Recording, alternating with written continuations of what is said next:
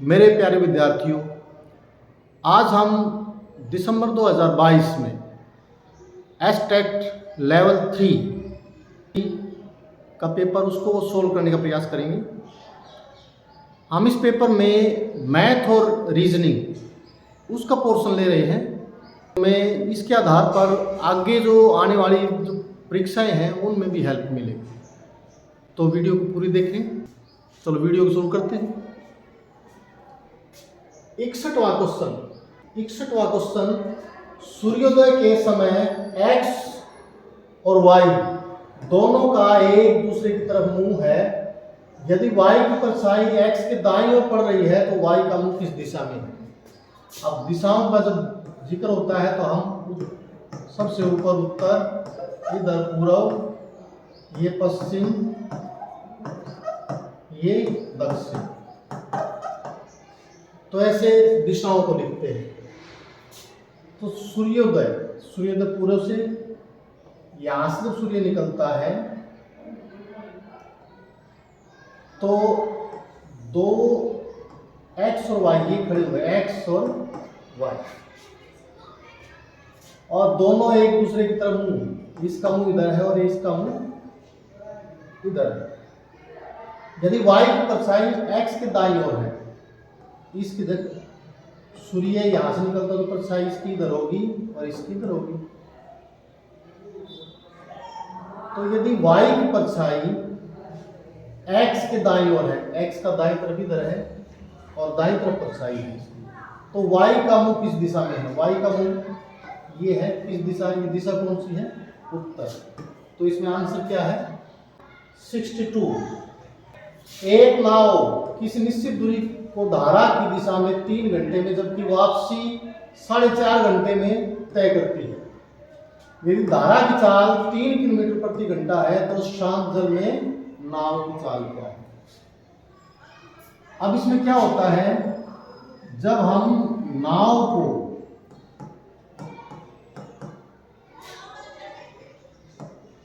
धारा के अनुकूल चलाते हैं नाव को, तो नाव की हम सपोज कर लेते चाल x है और धारा की क्या है, y।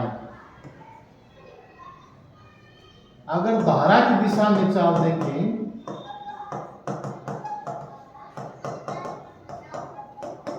चाल नाव की देखें तो दो चालें जुड़ जाती है, x प्लस y किलोमीटर प्रति घंटा। ये सभी ऐसे क्वेश्चन सभी में याद रखना है। और धारा की विपरीत यदि देखें हम तो वो क्या है, नाव की चाल में से धारा की चाल माइनस करनी पड़ेगी, तब ये विपरीत दिशा की होगी। तो ये दोनों चालें दूरी जितनी गई है उतनी ही आई, तो डिस्टेंस सेम है इसमें।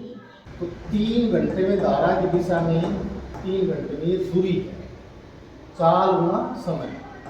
और धारा के विपरीत क्या है, 4.5 घंटे में धारा के विपरीत वाली चाल है x माइनस वाई। लेकिन इसमें धारा की चाल दी हुई है, धारा का मतलब क्या है, ये y की वैल्यू कर दो इसमें, x प्लस 3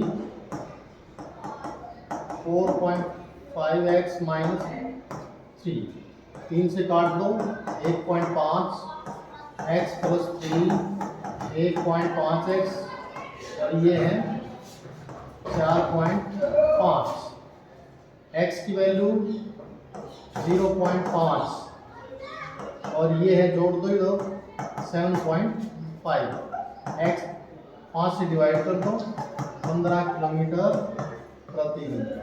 तो इसमें हमारा ऑप्शन क्या है, 4। 10.5 सेंटीमीटर त्रिज्या वाले इसको हम एक धातु के गोले को पिघलाते हैं। अब कोई चीज पिघलाई जाती है, एक चीज को पिघलाकर कुछ भी बनाना चाहिए तो उसमें दोनों के वॉल्यूम क्या होंगे, सेम होंगे, ये ध्यान रखना।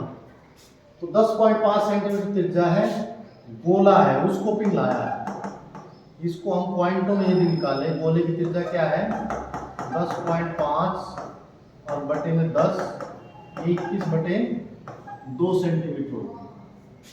इससे क्या बना है, 3.5 सेंटीमीटर त्रिज्या तथा 3 सेंटीमीटर ऊंचाई वाले कई छोटे छोटे शंकु बनाए जाते हैं। इसमें शंकु बना दिए कितने, ये नहीं पता कितने शंकु ढाल दिया जाता। तद अनुसार इस प्रकार बने शंकु की संख्या कितनी होगी। अब शंकुओं की संख्या जब भी संख्या निकालते हैं, हम तो कुल आयतन या क्षेत्रफल या कुछ भी हो, कुल बटे 1 का जो भी चीज इसमें बनती है, एक शंकु का आयतन, ये कुल आयतन तो गोले का 4/3 पाई आर क्यूब ये होता है। और एक शंकु का आयतन 1/3 पाई आर स्क्वायर। आर शंकु का क्या है इसमें, ये इसको भी 10 यदि बटे कर दे तो 7/2 हो जाएगा पाई आर स्क्वायर।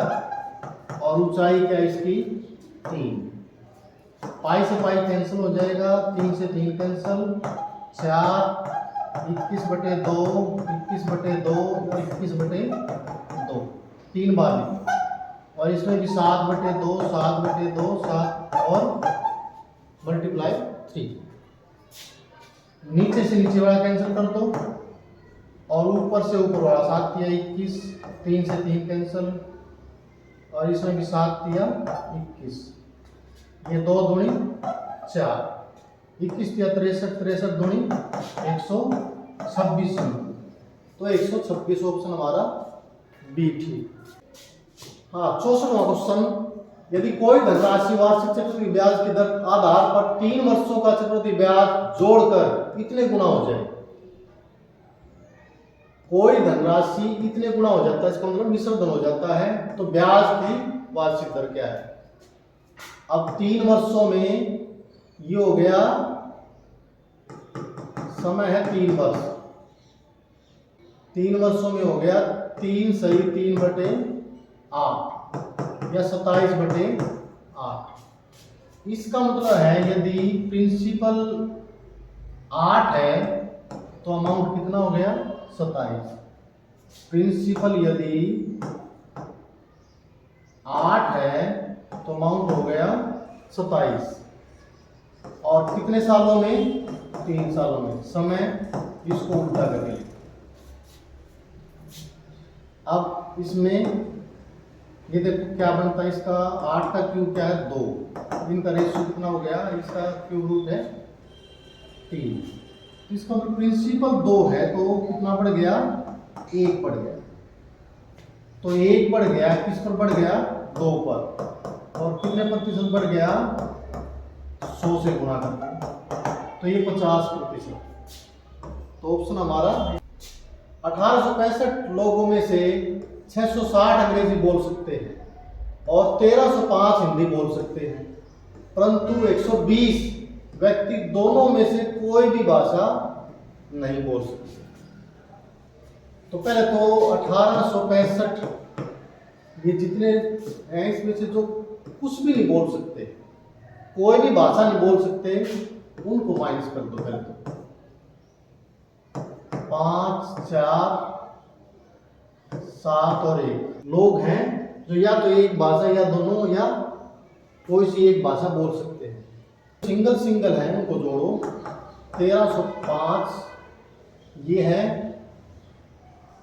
हिंदी वाले और इंग्लिश वाले हैं 660, इनको जोड़ो 5 6 9 और इसमें से ये जो कुछ न कुछ बोल सकते हैं वो माइनस कर दो 1745। तो हमारे पास वो लोग आ जाएंगे 220। तो 220 वो लोग हैं जो दोनों भाषाएं बोल सकते हैं। तो आंसर हमारा इसमें क्या है 220। चावल की कीमत 20% की कमी हो जाने पर एक ग्राहक 800 रुपए में 12.5 किलोग्राम चावल ज्यादा खरीद लेता है, तो चावल की मूल कीमत प्रति किलोग्राम कितनी है। कितनी हो गई 20%। 20% का मतलब क्या होता है 1/5। यदि ये कीमत थी तो उसमें कमी हो गई 1।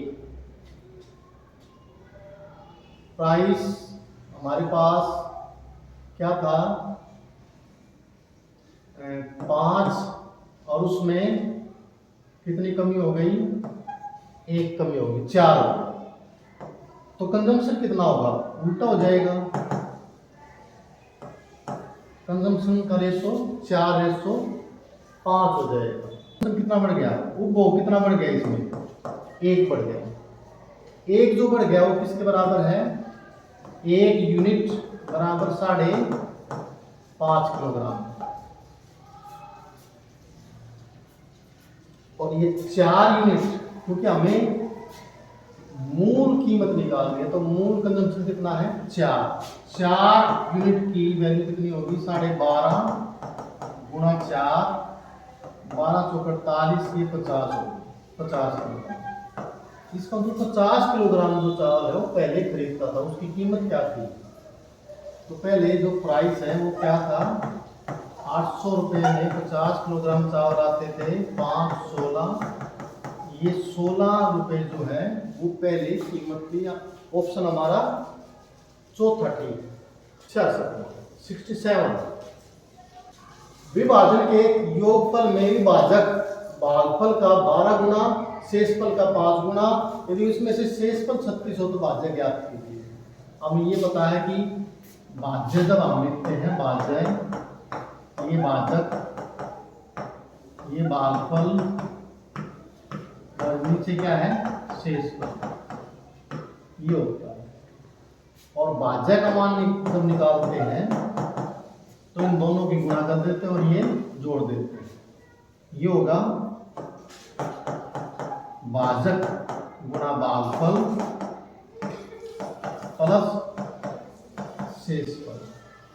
तो इसमें क्या क्या दिया हुआ है, विभाजक, यानी कि भाजक कितना है, भागफल का 12 गुना है और शेषफल का 5 गुना है। शेषफल कितना है, पहले शेषफल लिखो 36,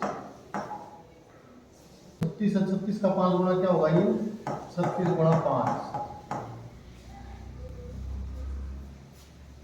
और भागफल का 12 गुना, भागफल कोशंट है उसका, ये जो डिवाइजर है ये 12 गुना। इसका मतलब क्या है, अगर ये है हमारे पास, उसको 12 से डिवाइड कर देंगे तो ये आ जाएगा, ये तो आ गया हमारे पास, इसको 12 से डिवाइड कर दो, 12 से करो इसको, 12 30 30 5 3 15, गुणा करो तो सभी 36 पंजे 180, 18 पंजे 90, और 18 1 में 18 और 9 27, 2700 प्लस 36, 2736, ये है हमारा ऑप्शन 2, ये ठीक। 68 क्वेश्चन, 68वां क्वेश्चन क्या है, निम्न श्रेणी का अगला पद ज्ञात कीजिए। Z1A X to D इसी तरह चलता जा रहा है, इसको ध्यान से देखिए। इसमें इस रीजनिंग के क्वेश्चन के लिए ये चीजें हमें अल्फाबेटिक और उनके जो सीरियल नंबर है वो याद होने चाहिए। ZXV, देखो क्या है, ZX एक छोड़कर, फिर एक छोड़कर B, और B के बाद क्या है, एक छोड़कर T।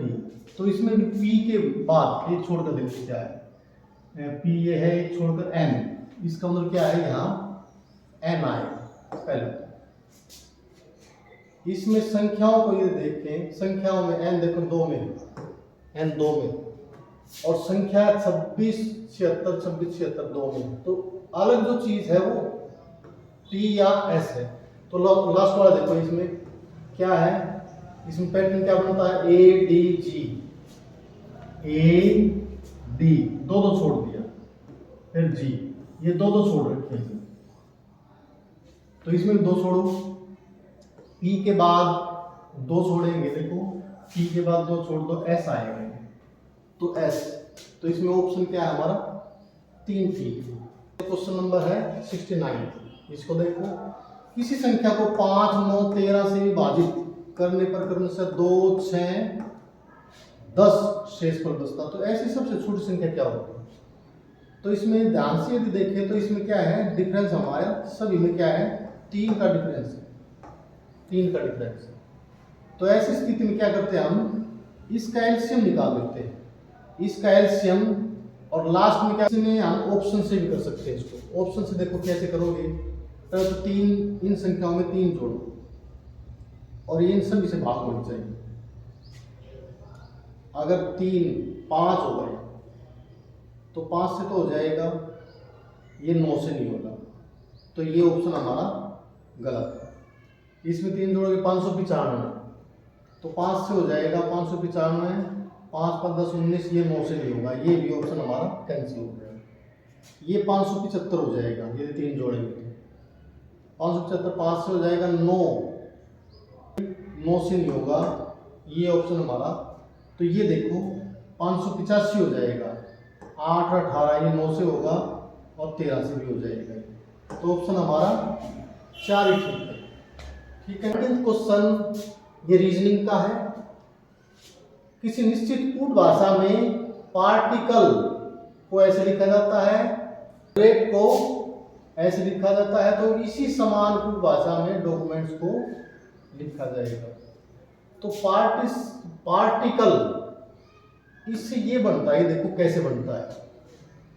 इसमें क्या है, 4 के इसमें ग्रुप बना रखे, इस 4 को देखो, पी की यहाँ इन दोनों की जगह बदल दो, पी और टी की, और आगे पी के बाद क्या है, क्यू, पी को यहाँ ले आए, क्यू बन गया, और टी को यहाँ ले आए, टी के बाद क्या आएगा, यू। ठीक है, स्थान चेंज कर दो और अगला जो है अल्फाबेट लिख दो, टी का यहाँ यू और पी का क्यू हो जाएगा, और ए आर इसी तरह ए आर को भी इनकी जगह बदलो और नेक्स्ट लिख दो। आर के बाद क्या होता है, आर एस, और ए के बाद क्या होगा, बी। इसी तरह इसमें भी ई के बाद यहाँ एफ और आई के बाद जे, एफ जे, इस तरह लिखा हुआ है। तो इसमें भी इसी तरह है, ये 4 के, ई के बाद एफ और जी के बाद, ई के बाद एफ और जी के बाद एफ, इसी तरह लिखा हुआ है। तो इसमें भी 4 के ग्रुप बना दो। यू के बाद क्या आएगा, वी, और डी के बाद ई, वी और ई, ये हम इसको 4 के बना लेते हैं। बी के बाद यहाँ क्या है, डी के बाद ही ये B, B E, B E, B E, ये 3, ये तो कट गया इसमें, ये तो नहीं। अब इसमें डीपी ये भी सही नहीं। अलग क्या है, इसमें देखो टी के बाद क्या आएगा, यू, और एम के बाद एन, यू और एन, ये यू एन, तो इसी में है यू एन, तो ऑप्शन हमारा 3 ठीक है। 71वां क्वेश्चन, 3 नलों पी क्यू आर द्वारा एक टैंक 5 घंटे में भरता है। नल आर क्यू से दुगनी गति से तथा क्यू पी से दुगनी गति से चलते हैं, तो अकेले नल पी द्वारा टैंक को भरने में कितना समय लगेगा। इस क्वेश्चन को हम कैपेसिटी वाले मेथड से करेंगे। इसको 3 null P plus Q plus R, ये 5 घंटे में बनते हैं। तो तीनों की यदि हम कैपेसिटी देख लें तो इसमें क्या है, आर क्यू से दुगना, आर यदि हम पी को 1 मान लें तो क्यू है पी, क्यू पी से दुगना है, दुगना हो जाएगा। आर क्या है, वो क्यू से दुगना, आर क्यू से दुगना। इनका यदि टोटल वर्क निकाल लें तो ये क्या होगा, कैपेसिटी और मल्टीप्लाई बाय टाइम 5, 7 गुना 5, 7 पंजे 35। टी का जो समय है, टोटल वर्क को इसकी कैपेसिटी डिवाइड करोगे 35 घंटे, और यदि क्यू का टाइम निकालना तो हम 2 से डिवाइड करेंगे इसको, और आर का निकालो 4 से डिवाइड करेंगे। तो ये हमारा ऑप्शन, इसमें टी की वैल्यू निकालें, टी द्वारा टैंक कितने समय में भरा जाएगा, तो ऑप्शन हमारा 4 ठीक है। 73वां, यदि x की वैल्यू ये है, y की वैल्यू ये है, तो x² प्लस y² का मान ज्ञात करें। तो x की वैल्यू पहले इसको रैशनलाइज करके इसको रैशनलाइज करो पहले, इसको छोटा करके लिखो। ये हमारे पास आ जाएगा इसका स्क्वायर 3 + 1 और +2√3 बाय a + b - b 3 - 1 2, अलग अलग कर दो, 4/2 2 और वर्गमूल 3। और इसी तरह ये क्या आ जाएगा 2 - √3। अब इसका स्क्वायर करेंगे, दोनों का स्क्वायर कर दो। इसका स्क्वायर करोगे a + b का होल स्क्वायर 4√3 और प्लस इसमें a - b का होल स्क्वायर,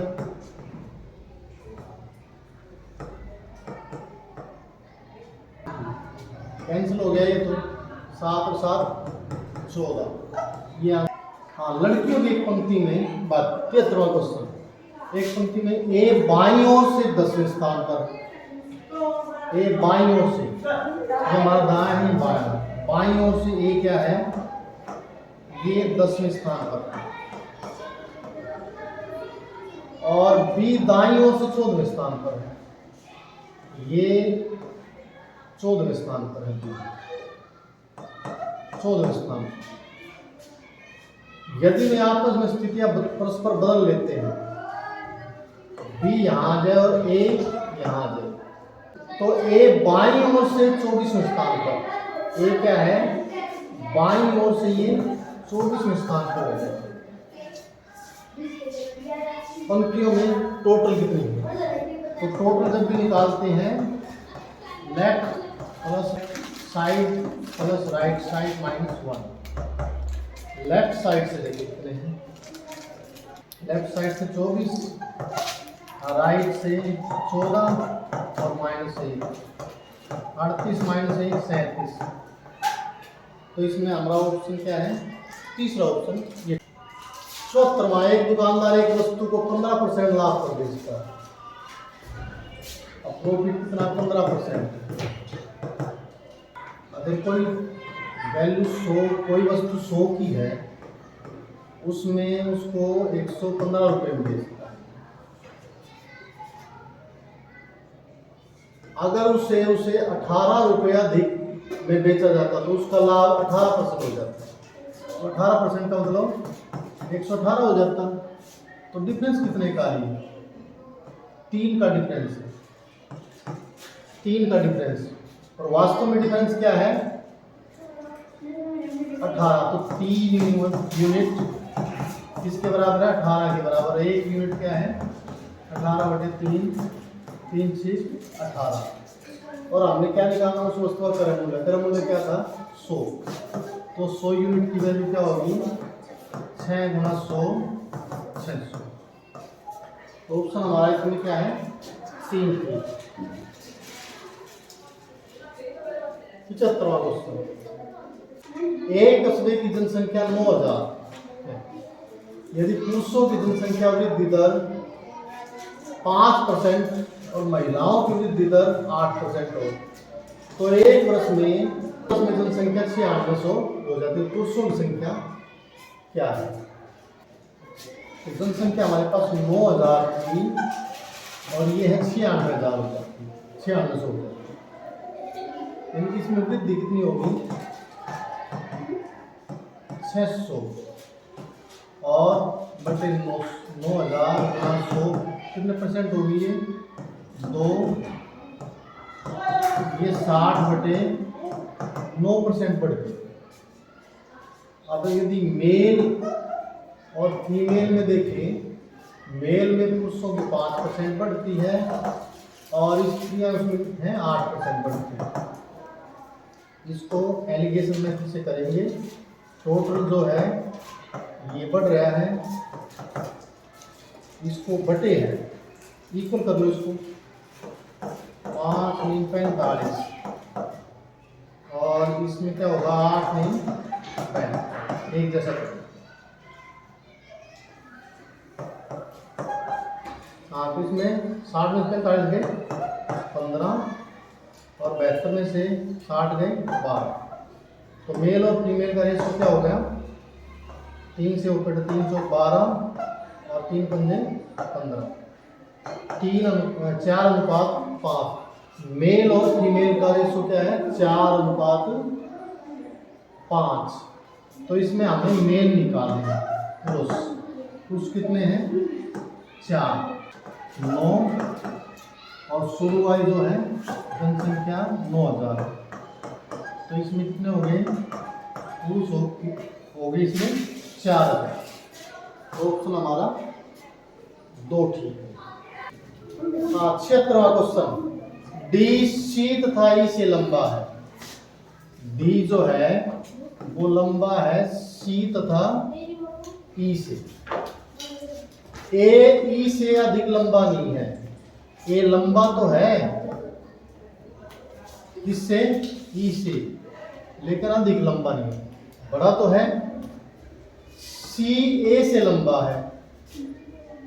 सी जो है वो भी ए से लंबा है।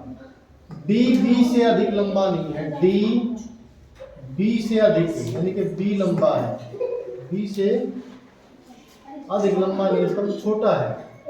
तो इनमें सबसे लंबा कौन सा है? सबसे लंबा कौन सा हो गया? बी। तो उत्तर हमारा सेकंड, ये ठीक। 77, एक लड़की के फोटोग्राफ की ओर इंगित करते हुए एक्स ने कहा कि वह, एक्स ने क्या कहा? कि वह मेरे दादाजी के इकलौते पुत्र की लड़की है। यानी कि मेरा दादा का मतलब मेरे फादर का फादर, दादाजी की इकलौते पुत्र।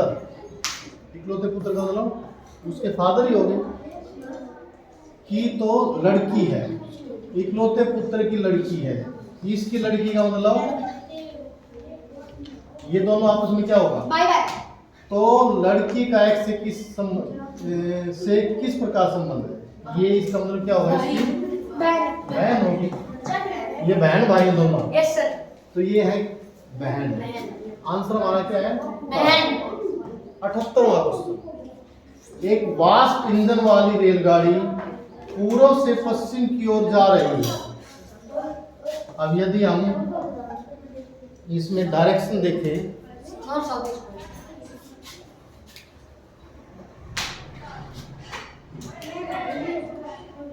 यदि इसमें हम डायरेक्शन देखें तो ऊपर नॉर्थ होता है, नीचे साउथ, ये ईस्ट और ये वेस्ट। अब रेलगाड़ी, वाष्प इंजन वाली रेलगाड़ी पूर्व से, इधर से जा रही है। ये पूर्व से पश्चिम की ओर जा रही है, तब उत्तर से दक्षिण, ऐसे हवा चल रही है। ये हवा चल रही है और गाड़ी का जो है धुआं जब जाएगा तो हवा की उससे ये गाड़ी का धुआं इस तरह चला जाएगा उड़ के। तो ये साइड कौन सी होगी? तथा उत्तर से दक्षिण की ओर हवा चल रही है, तो उसका धुआं किस दिशा में जाएगा? दक्षिण पूर्वी। तो साउथ ईस्ट में, दक्षिण पूर्व, दक्षिण पूर्व। इसमें हमारा आंसर क्या है? तीसरा। निम्न श्रेणी का अगला पद 79, अगला पद कौन सा होगा? 3। आंसर कितना है? 10। 13 से 22 तक अंतर, आंसर कितना डिफरेंस है? इसमें डिफरेंस है 9, ये 10, ये डिफरेंस है 7 और ये 2, और डिफरेंस फिर 10, और ये डिफरेंस है 10 में हो गया 1, 11 में से 5, डिफरेंस 10, और ये डिफरेंस, अच्छा ये देखो इसमें इनका डिफरेंस ले, इसका डिफरेंस क्या है? 18। इसका डिफरेंस क्या है? 4 और 2। ये देखो कितना डिफरेंस है? ये 6 का डिफरेंस होगा। यहाँ क्या होना चाहिए? 30। और 30 को यदि 81 में 51 में जोड़ दो, क्या होना चाहिए यार? 81। और 81 और 130 कितना हो जाएगा? 81 और 130 ये हो जाएगा 200 11। तो ऑप्शन हमारा क्या है इसमें? सेकंड, ये ठीक है। Yes sir. लास्ट 80वां क्वेश्चन, 9 क्रमिक संख्याओं का औसत n है। यदि उनमें 2 अगली संख्याओं को शामिल कर लिया जाए तो नया औसत कितना हो जाएगा?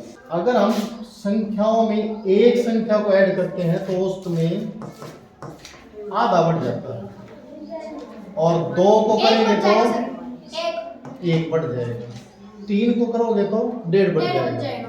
तो इसमें 2 संख्याएं ऐड की हैं तो 1 की वृद्धि हो जाएगी। तो ये था 80वां क्वेश्चन। तो आज की वीडियो में इतना है। वीडियो अच्छी लगी है तो लाइक करें, शेयर करें, सब्सक्राइब करें, और इस तरह एक वीडियो के लिए हमारे चैनल से जुड़ें। Thank you. हमारे सर को जल्दी से सब्सक्राइब करें।